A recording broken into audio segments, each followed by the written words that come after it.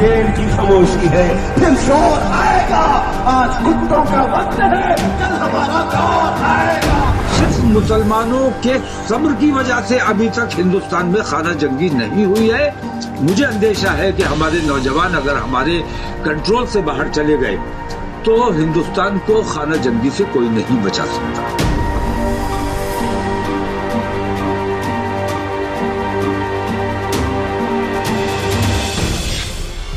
आप देख रहे हैं एनएमएफ न्यूज। ये जहर उगले तो कोई बात नहीं, ये मुसलमानों को भड़काएं तो भी कोई बात नहीं, दंगे करवाएं, मोदी के खिलाफ बवाल करवाएं, लेकिन जब योगी, धामी और मोदी का डंडा चल जाए तो जनाब इधर से उधर भाग खड़े होंगे।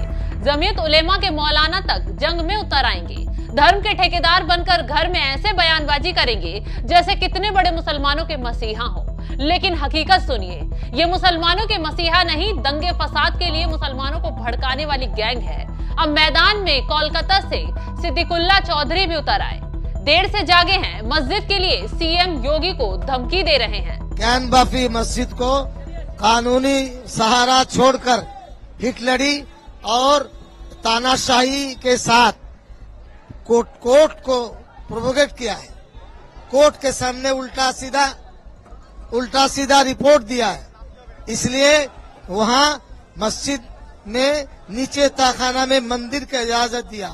ये एक घिनौनी साजिश है, हम इसको विरोध करते हैं। और मस्जिद में हम मांग कर रहे हैं पूजा पाठ हटाना पड़ेगा। मस्जिद हमारी बाप जायदाद की नहीं, मुसलमानों की अल्लाह की जमीन है।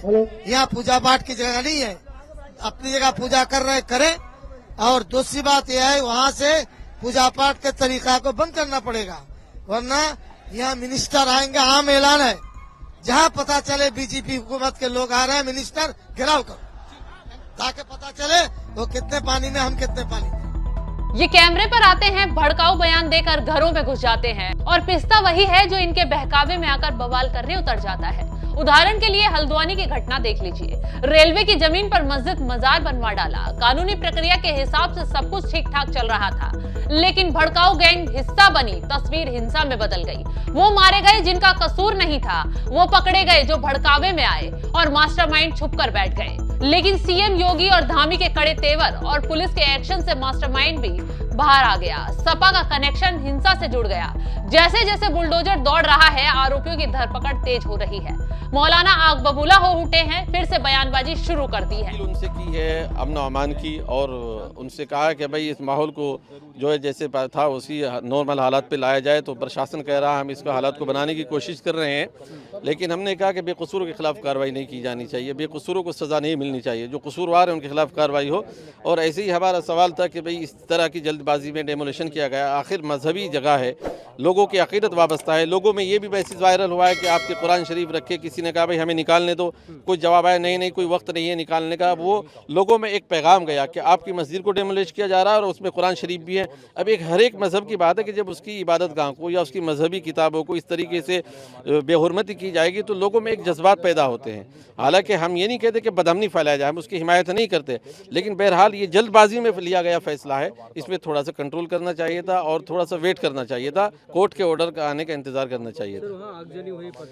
हाँ, आगजनी जिन्होंने की है, पत्थरबाजी जिन्होंने की है, पत्थरबाजी दोनों तरफ से हुई है। वीडियोज ऐसे भी आ रहे हैं कि इधर से पुलिस भी पत्थरबाजी कर रही है, उधर से पब्लिक भी पत्थरबाजी कर रही है, दोनों की वीडियोज हैं। और आपने भी देखा होगा, आप मीडिया के लोग हैं, आपके पास भी वो वीडियोज होंगे। पत्थरबाजी से दोनों का नुकसान हुआ, हम इसकी निंदा करते हैं। जो भी पत्थरबाज है या जो भी समाज के माहौल को खराब करने वाले हैं उनके खिलाफ कार्रवाई हो, लेकिन जो बेकसूर हैं उनके खिलाफ कोई कार्रवाई नहीं हो। इनके डर से तो ऐसा लग रहा है कि जांच की आंच इन तक पहुंचने वाली हो। खैर, सिर्फ मुफ्ती अब्दुल राजिक ही नहीं, सैयद अरशद मदनी का भी एक्शन पर कलेजा छन्नी हो गया है। बवालियों का साथ दे रहे हैं, पुलिस प्रशासन पर उंगली उठा रहे हैं। मौलाना अरशद मदनी कह रहे हैं, जमीयत उलेमाए हिंद का जो प्रतिनिधि मंडल प्रभावित क्षेत्रों की समीक्षा के लिए हल्द्वानी के दौरे पर गया था, उसने जो रिपोर्ट दी है वो बहुत दुखद है और ये बात आईने की भांति स्पष्ट होकर सामने आ गई है। रिपोर्ट के मुताबिक पुलिस और प्रशासन की भूमिका बेहद खराब रही है। पुलिस क्रूरता और हिंसा की सारी हदें तोड़ते हुए लोगों को गिरफ्तार कर रही है। यह क्रूरता की पराकाष्ठा है और कोई भी अन्यायपूर्ण समाज इसे बर्दाश्त नहीं कर सकता। इस संबंध में हमने कल उत्तराखंड के डीजीपी को पत्र लिखकर मांग की है कि वे इस मामले पर तत्काल ध्यान दें और न केवल पुलिस द्वारा निर्दोष नागरिकों पर किए जा रहे अत्याचार को रोकी, बल्कि गिरफ्तारियों का जो सिलसिला शुरू हो गया है उसे भी तुरंत रोका जाना चाहिए और पूरे घटना की निष्पक्ष जांच होनी चाहिए। इन मौलानाओं ने शायद वो तस्वीर नहीं देखी जिसमें पुलिस वालों को घेर कर मारा जा रहा था। महिला डीएम तक को दीवार के पीछे छुपकर जान बचानी पड़ी थी और तो और पुलिस को निशाना बनाकर पेट्रोल पंप तक बरसाए गए। ये तस्वीर देखकर इन मौलानाओं को दर्द नहीं हुआ, लेकिन जब इन दंगाइयों पर एक्शन हो रहा है तो बुलडोजर सबक सिखा रहा है तो रोते हुए इनके समर्थन में खड़े हो रहे हैं, बवाल कर रहे हैं, जनता को भड़का रहे हैं, लेकिन ये काम आने वाला नहीं है। इसी के साथ यूपी का माहौल भड़काने की कोशिश कर रहे तौकीर रजा के खिलाफ व्यापारियों ने भी आवाज बुलंद कर दी है तो जनाब बौखला गए, कहने लगे, मैं तो गिरफ्तारी देने गया था, मुझे गिरफ्तार क्यों नहीं किया गया? वो जिन बेईमानों की बात कर रहे हैं वो सब उजागर है, इसलिए उनके ऊपर कानूनी कार्रवाई नहीं की जा सकती। अगर गिरफ्तार करना है तो जब और जहां बुलाओ मैं हाजिर हो जाऊंगा। रस्सी जल गई लेकिन बल नहीं जा रहा। जिस तरीके से मौलाना बयान दे रहे हैं, सड़कों पर उतर रहे हैं, उससे तो लग रहा है कि हल्द्वानी तो ट्रेलर था, देश में और बड़ा दंगा करने की कोशिश हो रही थी। कट्टरता का आलम यह है कि खुलकर अब मौलाना धमकियां दे रहे हैं, हिंदुस्तान में रहकर हिंदुस्तान की सरकार को ही आंख दिखा रहे हैं और फिर कहते हैं बोलने की आजादी नहीं है, मुसलमान खतरे में हैं, इससे ज्यादा और क्या बोलेंगे।